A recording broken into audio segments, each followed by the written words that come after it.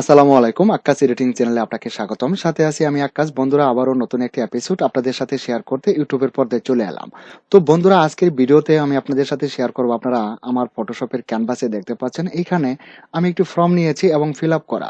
তো এই ফর্মের মধ্যে কলমের যে লেখাগুলি আছে এই লেখাগুলিকে আমরা উঠিয়ে দিব।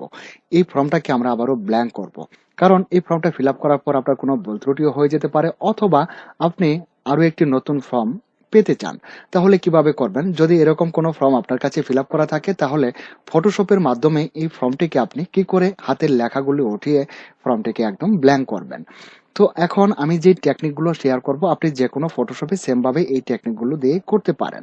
তো দেখুন, এখানে যে হাতের লেখাটি রয়েছে এই লেখাগুলিকে আমরা প্রথমে রিমুভ করতে চাই। তো হাতের লেখাগুলোকে রিমুভ করার জন্য আমি প্রথমে একটি টুল শেয়ার করবো আপনাদের সাথে, সেটা হলো ক্লোন স্ট্যাম্প টুল।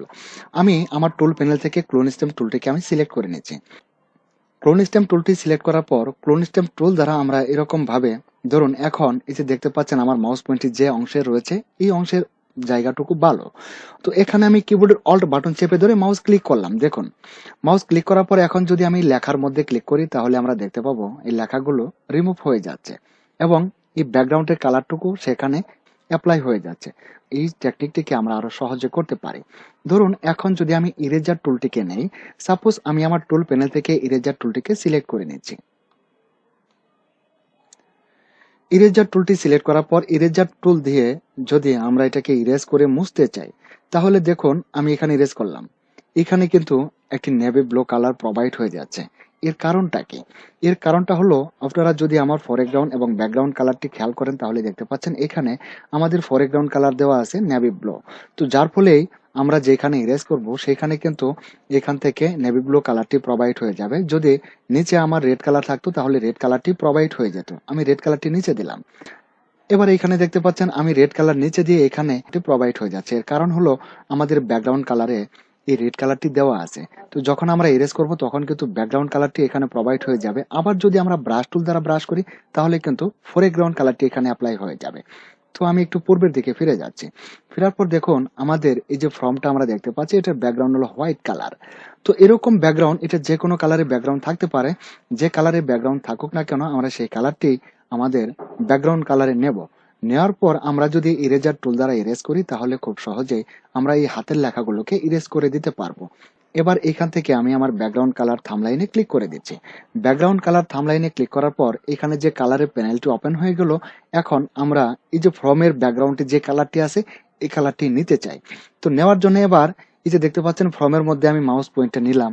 নেওয়ার পর এটা কিন্তু ড্রপার টুলে পরিণত হয়ে গেছে।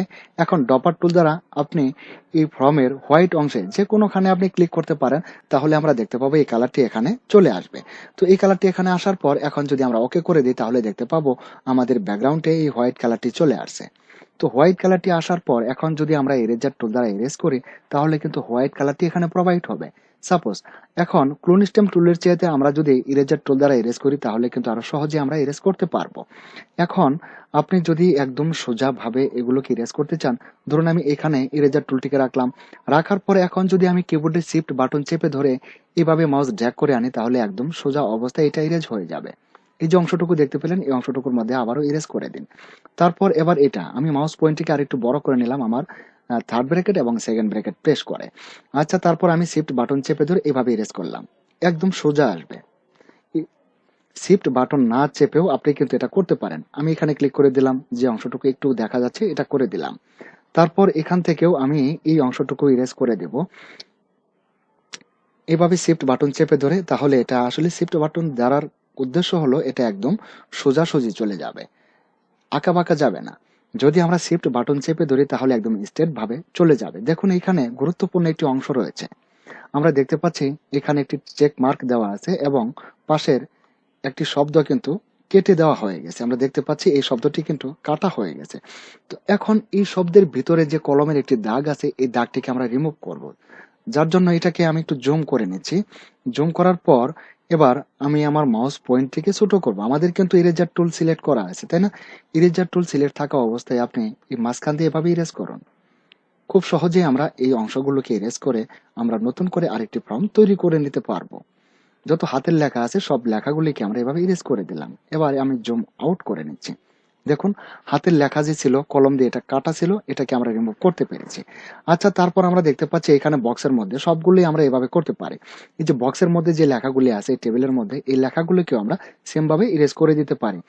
তবে আমাদের এই ফর্মটি যদি ভিন্ন কালার হতো, তাহলে আমরা কিন্তু আমাদের ব্যাকগ্রাউন্ডে ভিন্ন কালারটি দিয়ে এভাবে ইরেজ করলে খুব সহজে আমরা করতে পারতাম। আর এরকম কালারের কোনো ফর্মের যদি আমরা হাতের লেখাগুলিকে রিমুভ করতে চাই, তাহলে আমাদের কি করতে হবে, এই যে ফর্মের যে কালারটি রয়েছে এই ফর্মের এই কালারটি আমাদের ব্যাকগ্রাউন্ড কালারে দিতে হবে। তো ব্যাকগ্রাউন্ড কালারে দেওয়ার জন্য এখান থেকে আমরা ব্যাকগ্রাউন্ড কালার থামলাইনে ক্লিক করে দেব।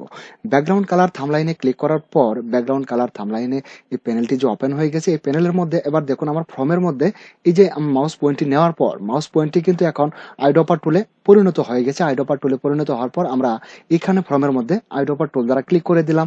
তো ড্রপার টুল দ্বারা ক্লিক করার পর এখন আমরা দেখতে পাচ্ছি এই কালারটি এখানে চলে আসছে, তাই না? এখন আমরা ওকে করে দিলে এই কালারটি কিন্তু আমাদের ব্যাকগ্রাউন্ডে চলে যাবে। ক্লিক ওকে।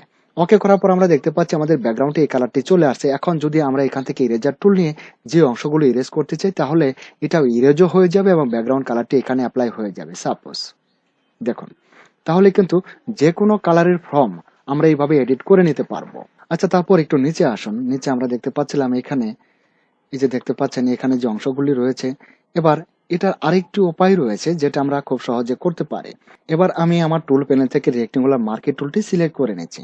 রেক্টেঙ্গুলার মার্কেট টুলটি সিলেক্ট করার পর রেক্টেঙ্গুলার মার্কেট টুল দ্বারা ধরুন আমি এই অংশটুকু এভাবে সিলেকশন করলাম।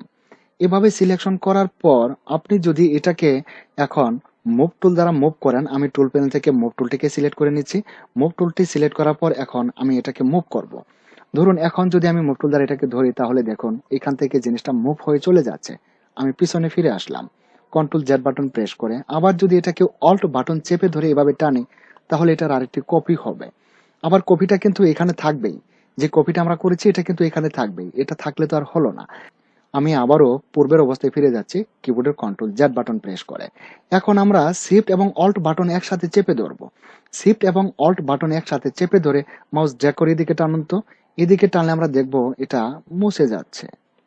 ছেড়ে দিলাম, আবারও অল্ট এবং শিফট বাটন চেপে ধরে আবারও এদিকে টানলাম, তাহলে এটা মুছে যাবে এবং লাইনগুলো একদম ঠিক থাকবে। সেম এরকম ভাবে আমরা বসিয়ে দিতে পারি খুব সহজেই। এখন এই সিলেকশনটুকু যে রয়েছে, এই সিলেকশনটাকে আমরা উঠিয়ে দেবো কিবোর্ডের কন্ট্রোল টি বাটন প্রেস করে। বন্ধুরা, এখানে যতগুলি অংশই রয়েছে সবগুলি অংশই আমরা হাতের লেখাগুলিকে রিমুভ করে দিতে পারি খুব সহজেই। এখন আমরা এখানে দেখতে পাচ্ছি একটি সিল দেওয়া আছে, তো এটাকে রিমুভ করার জন্য আমরা আবারও ইরেজার টুলটিকে নিচ্ছি। ইরেজার টুলটি নেওয়ার পর মাউস পয়েন্টটিকে আমি আর একটু বড় করে নিলাম। নেওয়ার পর এভাবে ইরেজ করুন। খুব সহজেই আমরা ইরেজ করে এই জিনিসগুলোকে আমরা মুছে দিতে পারবো।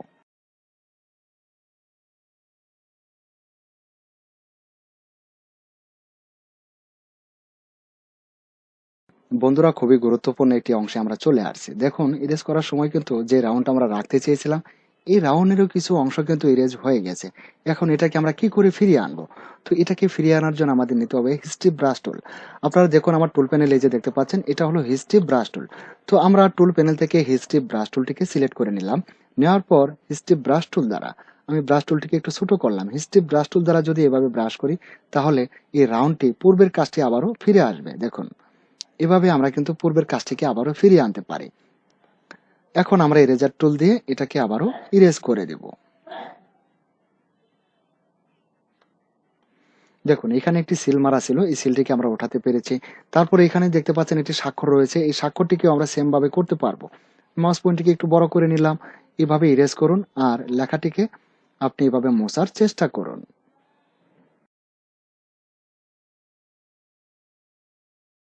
কিছুটা গুরুত্বপূর্ণ অংশে আমরা চলে আসছি, তো এটা করার জন্য আমরা জুম করে নেব। ফর্মটাকে আমরা একদম জুম করে নিয়ে তারপর আমরা মাউস পয়েন্টটাকে ছোট করবো। এটা কিন্তু আমাদের ইরেজার টুল। ছোট করার পর আমরা এই যে মাঝখান দিয়ে দেখতে পাচ্ছেন, এই অংশগুলিকে আমরা এইভাবে ইরেজ করে একদম স্বচ্ছ করে নেব। তাহলেই আমাদের নতুনের মতো আরেকটি ব্ল্যাঙ্ক ফর্ম আমাদের হয়ে যাবে। আমরা যতটাই ফিল আপ করি সমস্যা নেই, এইভাবে ফটোশপ দিয়ে আমরা এই অংশগুলোকে একদম ব্ল্যাঙ্ক করে আবারও আমরা এটাকে ফিল আপ করে নিতে পারবো।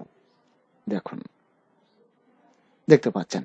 তো এইভাবেই আমরা কাজগুলি করতে পারি। বন্ধুরা, ভিডিওটি ভালো লাগলে আপনার সোশ্যাল মিডিয়াতে ভিডিওটি একটু শেয়ার করে দিবেন। আর যদি সম্ভব হয় তাহলে এই চ্যানেলটিকে যদি সাবস্ক্রাইব করে না থাকেন তাহলে একটি সাবস্ক্রাইব করে দিয়ে বেল আইকনে ক্লিক করে রাখবেন পরবর্তীতে আপডেট ভিডিওগুলো পাওয়ার জন্য। বন্ধুরা, আমি আশা করি আপনি যদি ফটোশপ শিখতে চান তাহলে এই চ্যানেলের পাশে থাকলে আপনি ফটোশপের সমস্ত কাজ শিখতে পারবেন।